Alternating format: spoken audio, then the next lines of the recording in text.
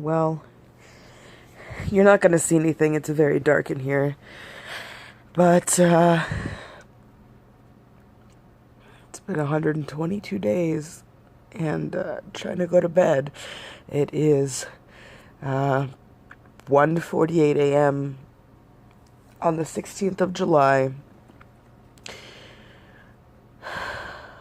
March, April, May, June, July, March to April, April to May, May to June, June to July. It's been 4 months. Jesus Christ. Usually I get hit with a lot of emotional stuff on Saturdays. This morning is a Tuesday. But maybe subconsciously I knew it was 4 months. I don't know. I keep thinking about all of the stuff, all of the bad things that happened to Mom at the end.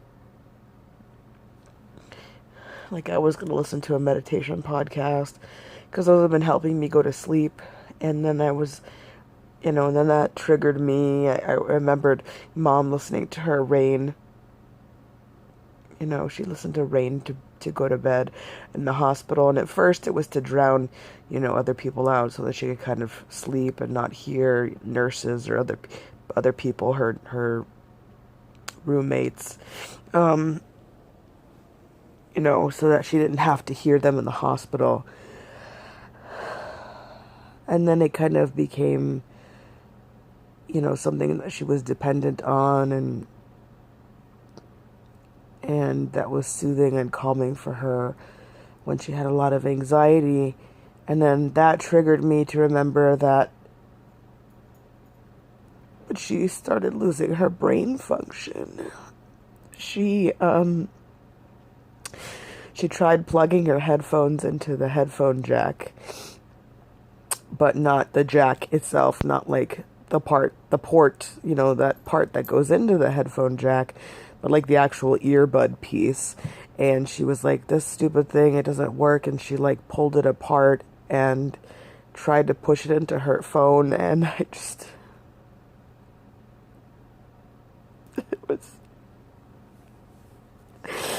made me cry so much, because it was like, she doesn't understand what's happening. Like, she knows that this works with the phone and that allows her to hear the Rain, but she doesn't know how to plug it in anymore. She just couldn't do it.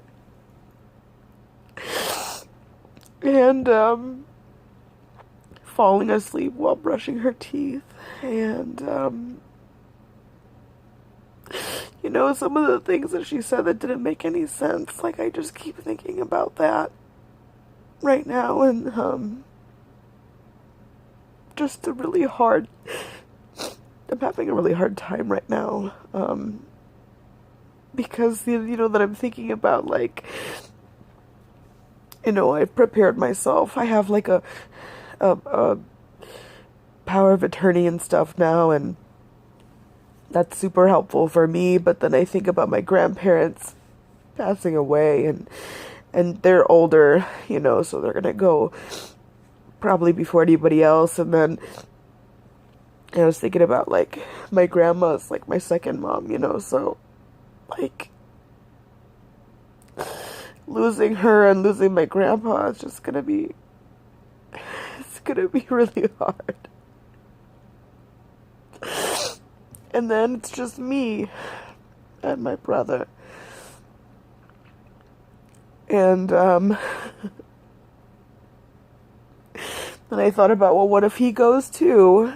And what if the rest of my life is just this terrible pain because I keep losing people? And that's not a lie. That's not a what if situation. That is true. That is going to happen to me. I will lose people around me, and I will have to deal with the grief of their loss. And I don't know if I can handle that. I really don't. At this point, I'm in this very vulnerable place where if I lost a bird or a cat, I think I would be devastated. and I don't know if I could recover. You know what I mean? Like, and I don't know what that means, but I just know that it makes me feel like I'm too sensitive for this world. Like I was born into this world, but I can't experience it because experiencing it is so painful.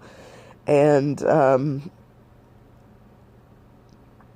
somehow I've survived so far, but I feel like this is the hardest thing I've ever done, and it's just going to get harder with the more loss that I see in my life.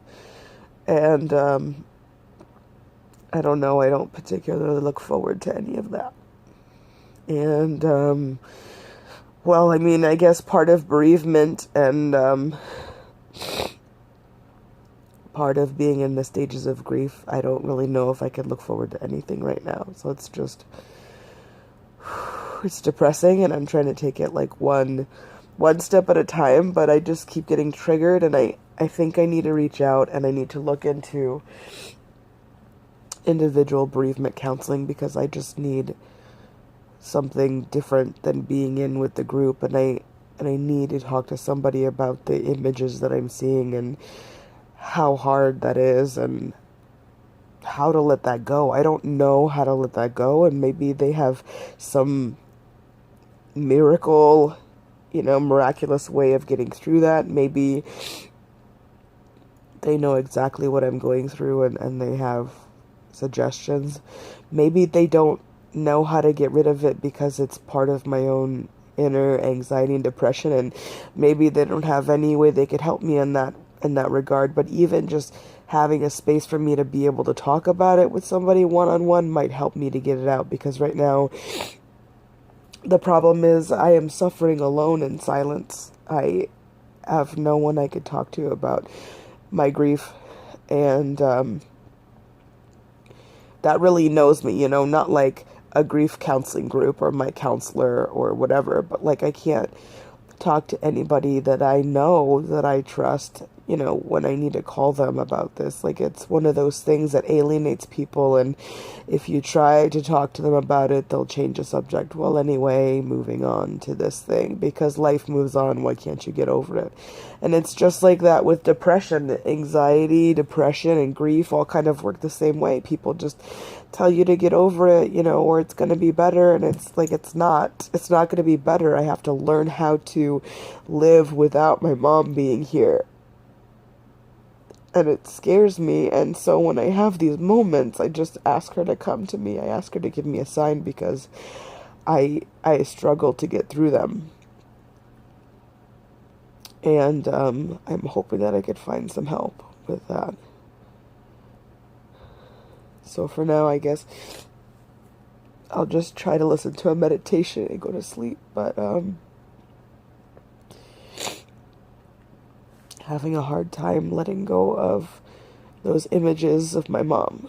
And I hope that I can. I kind of wish there was a way to just forget. I don't want to forget who my mom was or what she did,